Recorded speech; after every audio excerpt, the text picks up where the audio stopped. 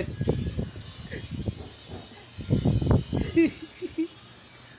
Ikaw.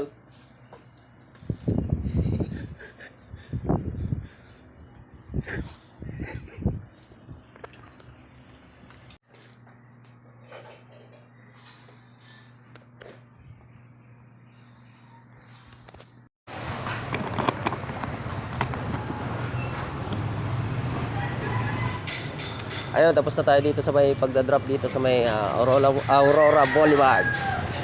So, mamaya na lang ulit guys.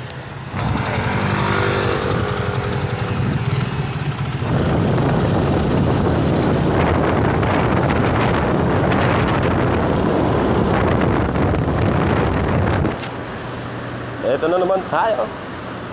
Alam nyo na guys, my favorite place, Buksan ng Hari. Buksan ng Hari. Diba? Kailangan natin paramihin ang ating lahi sapagkat kakaunti na lang kami. Endangered species na kami. Uy, balik ulit tayo dito sa Bertis guys. Ito lang deliver natin, oh. Rush kasi to kaya binalik ko kaagad. Dinala ko kaagad dito. Waiting tayo ng yung pipick upin natin. Nakikipag-coordinate pa sila dun sa boss nila. Gamot to guys, oh. Gamot. Gamot yan sa gutom guys. Gamot sa gutom yan. Gamot sa gutom. Ayun, oh. So, ito na yung kailangan natin, oh. Ayan, oh. Sinigma abrasives separating this.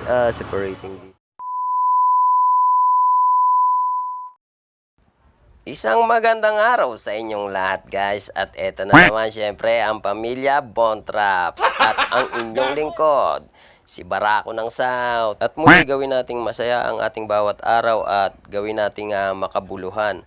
At eto na nga, ayun, nakikipagkulitan ako sa aking pamilya sa umagang ito at kami ay nag-aalmusal. At pasensya na kayo kung hindi ako nakakapag-upload araw-araw kasi medyo mahirap yung mag-record ng video sa daan at mahirap din mag-edit.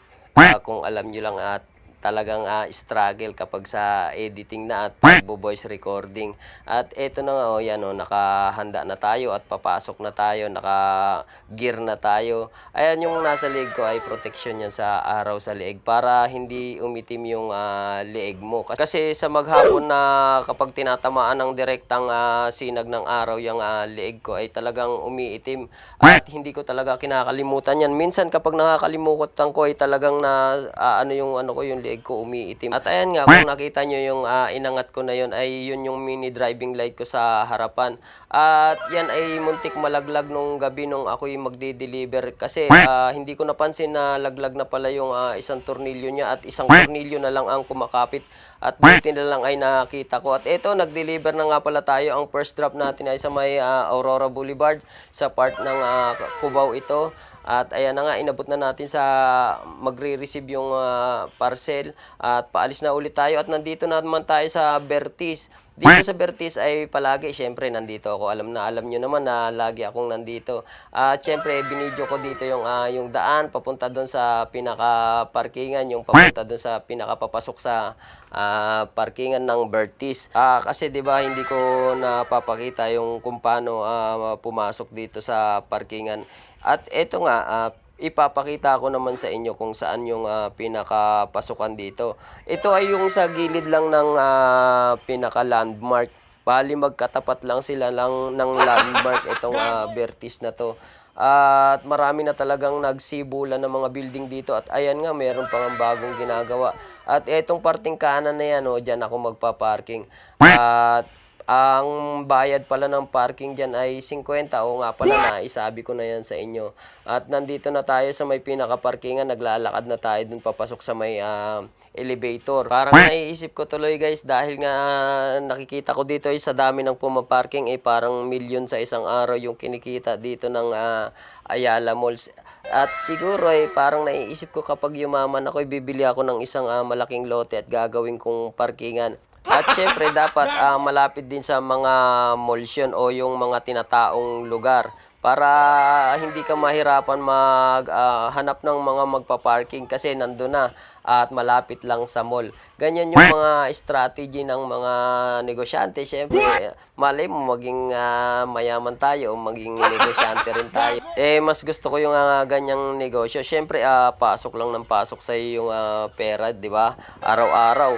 At hindi ka na mamumroblema. Ang gagawin mo lang dyan yung magbabantay lang, yung mga guard, saka yung mga kumbaga yung mga teller doon sa pinaka-parking mo booth. At ito nga at na pick up na pala natin yung pinakakailangan natin. At ayun nga bumalik pala tayo ulit sa Vertis para i-deliver naman itong isang maliit na mock-up na to o case.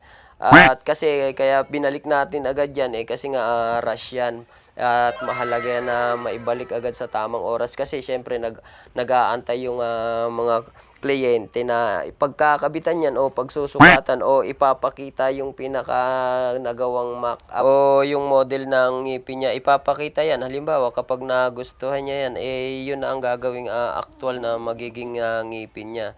At ayan nga, inabot na natin sa yung front desk ng kanilang dental clinic at aalis na ulit tayo dyan. Pasensya na talaga kayo sa aking boses sapagkat meron pa ako na itong kaunting sipon.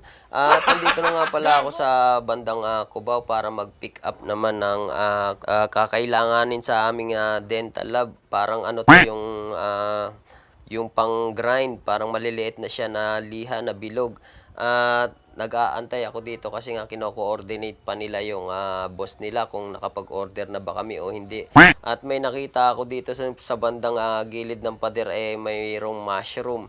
Yung parang ewan ko kung anong klaseng mushroom ito pero ang tawag sa amin yan parang tengang daga. Pero alam ko kinakain yan kaya lang dito sa Maynila hindi pwedeng makain yan kasi nga halimbawa, naihian na ng mga daga yan o naihian ng aso, marumi yan kapag tumutubo dito sa Maynila. Ang mga kinakain lang na ganyan, doon kailangan sa mga probinsya dahil nga malilinis yung mga nandoon. At eto nga, nakuha na natin yung kailangan natin na unit o yung pinaka pyesa na gagamitin nga sa aming dental lab at ilalagay ko na yan dyan sa aking box. Diba napakaliliit lang talaga ng mga pinipick up ko o dinideliver kaya hindi talaga mabigat o mahirap. Ang pinakamabigat lang dyan kapag bumibili ako ng mga parang powder na nasa sako.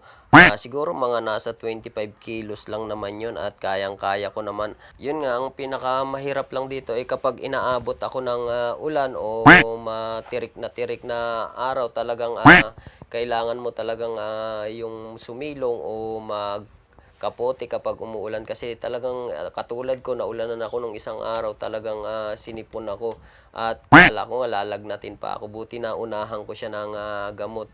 At eto na naman, ginabi na naman tayo sa Vertis. At eto na yung pinakahuling lakad ko at magpapaalam na naman ako sa inyo guys. At yun nga, maraming salamat sa mga nanonood sa aking video at sumusubaybay. At sana patuloy nyo akong panood. At doon naman sa mga kapwa ko content creator o gumagawa ng vlog o content, wag kayong magsasawa o mapoprostrate sa paggawa ng video. Dahil sa totoong buhay wala namang mabilisan na pera dito sa pagdating sa paggawa ng content o pagiging vlogger. Ang mahalaga ay nagpapatuloy ka at wag mong isipin o damdamin yung mga negatibong syempre yung sinasabi ng ibang tao about sa ginagawa mo. Ang mahalaga ay masaya ka sa lahat ng ginagawa mo at hindi ka nanlalamang at nang-aapak ng ibang tao. Yan ang mahalaga. At yun nga, muli, nagpapasalamat ako sa mga nanonood sa akin. At yung mag-share ay syempre malaking tulong sa akin yan. At eto na yung aking huling drop o deliver at magpapaalam na ako. Bye-bye! Salamat!